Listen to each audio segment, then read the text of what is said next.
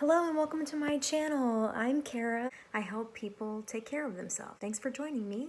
Today I want to talk about something that is extremely important when it comes to mental and emotional health. That is the idea of self-talk. Before I go into how you can recognize your self-talk and how you can possibly make changes to your self-talk, I want to go in a little bit about how it is developed. So when we're in the womb, our brains are starting to be formed. We have trillions of neurons. As we develop, the neural pathways are formed, which are the brain sending messages across the brain to other parts of the body, releasing hormones, responding to stress, you name it. It's pretty cool. Even infants who are not even born yet can respond to stressors and learn stress responses from the mother.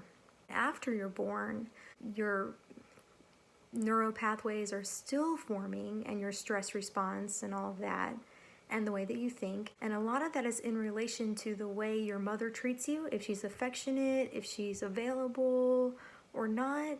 Things actually change in the mother's brain as well. What we're learning is that we have social brains. Our brains are constantly developing and changing, and even into adulthood, as we relate to people, these pathways can change. So for example, there's an idea in psychology known as your attachment style, and it's based on the type of relationship you have with your mother in the first few years of life. And it used to be believed that your attachment style was the same from then on. Now we know actually that later in life, in adult life, even if you had an unhealthy attachment to your mother, you can marry and have a healthy marriage and develop a secure attachment style. This is really important because it does dovetail into self-talk. What it is how you relate to yourself. It's how you talk to yourself. It's your thoughts, your opinions, your ideas about the world and about your place in it. It's related to self-esteem. It's related to being a positive or negative person.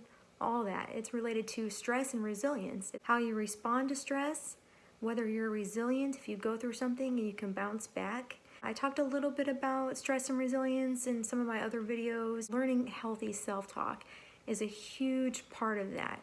If you knew me 10 or 15 years ago, I was so mean to myself. I had really low self-esteem. I would call myself names. I would criticize myself constantly. Now that that's changed, I want to share some ways that you can do it too. So first of all, we have to become aware. A couple of ways you can be aware of your self-talk patterns. One is through meditation, specifically through the process of what I learned years ago is known as peaceful abiding. You can look up meditation instruction. I'm sure there's tons of YouTube videos. I might be able to post a link to one, but basically it's sitting with yourself and concentrating on your breath. I'm not a trained meditation instructor. I'm just describing it to give you an idea, but you can look up, you can get all kinds of free meditation instruction if you need it. And what you're doing is the focal point typically is the breathing. And some people do it with their eyes open, some with them closed, and there's different things you can get out of those practices. There's actually this idea that to meditate is to make friends with yourself. And so you observe your thoughts. And as your thoughts come up and they interrupt your focusing on the breath, they can take you can get distracted for a couple minutes, and then you come back, and then they say touch the thought and let it go. So you kind of acknowledge it and let it go. If you try a sitting practice, I'm talking about the method of peaceful abiding. It's just getting to know your thoughts. Once you do that, you'll start to notice what kinds of things you think about yourself, what kinds of things you say to yourself.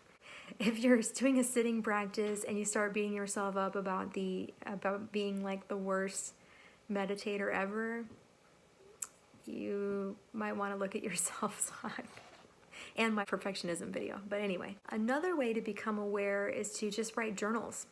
Just write your thoughts and feelings, and then if you reflect back on and look back at what you've written, then you can see what kinds of things you might be saying about yourself or about possibilities in life or how you're feeling about things, and you can get a pretty good idea there. Another way you can get to know your self-talk is by, when you're spiraling out, when you're upset about something, or when you're anxious and you're trying to come up with a solution for something, right? Ask yourself what you would say to a friend that was experiencing that. And if the answer for yourself is like wildly different and much more harsh than the one you would give to a friend, then you might want to work on your self-talk. Human beings naturally have more, a lot of us naturally have more compassion towards other than self. We are very critical of ourselves, and that can be really harmful. But definitely if you notice that you're much, much kinder to other people than to yourself, you might want to work on your self-talk. One way of doing that is just redirecting those thoughts and just saying, wow, that's not what I would say to a friend, so I'm not going to treat myself like that. So that kind of leads me into some things that you can do to help improve your self-talk. In general, ask where that thought is coming from. This negative self-talk comes from somewhere that you picked it up and you internalized it. Most likely one or both of your parents, or messages from the media, or a bully, or it could be someone you looked up to maybe that said something to you, like a teacher. This often happens for me when I'm trying to create art. I kind of touched on it in my perfectionism video. With artists, sometimes if you let the negative self-talk get you, the self-criticism, you won't even create. Either you'll never start a project because it's never going to be good enough, or you'll actually finish it and never share it with anyone and possibly even destroy it because it's bad. I have noticed if I'm sitting down to write a song or something like that and I start to feel this overwhelming criticism before I even start, then I will ask myself, where is it coming from? And then I'll usually realize, I'll come to a memory or I'll identify the person's voice. And for some reason, once I'm able to connect to the source of it a little bit, then it's easier for me to let it go, ignore it, or try to reprogram it. Now I also have a few practices that you can do to improve your self-talk. Number one is with affirmations.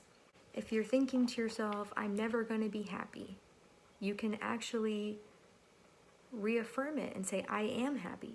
If you're thinking to yourself, I'm never going to find love, you can flip it and say, I am worthy of love. If you're having a lot of anxiety or about a particular topic or a lot of negative feelings, you can write them out. Sometimes I do this. I'll take a piece of paper and I'll draw one line down the page and I'll write the negative thought, and then I'll turn it in on the other side of the page, I'll turn it into an affirmation. You can just do that, and you can, as part of your morning routine, or even if you're killing time on public transit or whatever, you can write out these sentences. Suspend your disbelief and just write them. Something that ties into that, that's another practice you can do, is identify limiting beliefs. Those can be negative statements that you can turn into affirmations as well. Limiting beliefs put a cap on your experience, set a boundary that's not real. Now, if I was to say to myself, I'm never going to be an NBA basketball player. Well, yeah, no, I'm not. I'm a 5 foot tall lady. I'm clumsy. I'm not even that good at shooting, honestly. Even if I have like no opposition, it's pretty bad. But no, that's not a limiting belief. That is a fact. I'm never going to be an NBA player, ever. I love the game. Never gonna happen. But I'm too old to go back to school. It's not possible for me to change careers. Those types of things can be limiting beliefs. I'm never going to get married again. Maybe you could, but you're not gonna if you don't think so. Those are limiting beliefs. With the affirmations, with all these practices to notice your thoughts and all of this, and with limiting beliefs, all of these also you're going to have to use your own discernment. You're going to have to look at what's really true here, be objective, put some space between yourself and the thoughts and the emotions that you're feeling about the thoughts. Which brings me to one other way that you can make your self-talk better: cognitive behavioral therapy. It helps you to reframe your experiences in a healthier manner, to change your thinking, to actually form those pathways, yet again, new neural pathways that are healthier in looking back and viewing your experience or viewing yourself or viewing the world. You might need that if you've had some challenges in your life that have caused you to not have healthy relationships or not have good self-esteem, or to be more of a glass empty versus a half full or realistic person. Only you can do any of this. I'm just wanting to put it out there to tie it to the things that I have said about neuroscience and also about stress and grief. The way we talk to ourselves, the way we think about things affects how we feel about things, and the way we think and feel about things affects our physical and mental health. We can make ourselves sick.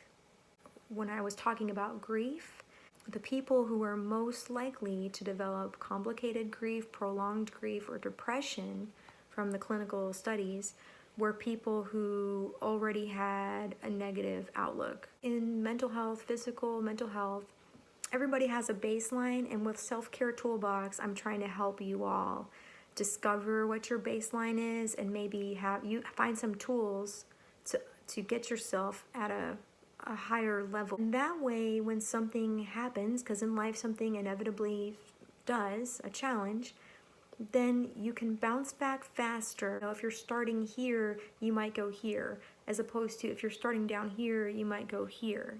So that's some food for thought. These practices, what I'm talking about, they are scientifically backed, but also I know from my own personal experience. You can rewire your brain, you can change your thinking, you can be happier, you can be more grateful, you can manage stress differently, you can have less anxiety, you can have less mood problems. It does take work and it does take time, but it can happen. I'm Kara with Self-Care Toolbox. Please like, share, subscribe to this video. Let me know your thoughts, if you enjoyed it, if there's something else that you might want to hear about too. And I hope you have a great day.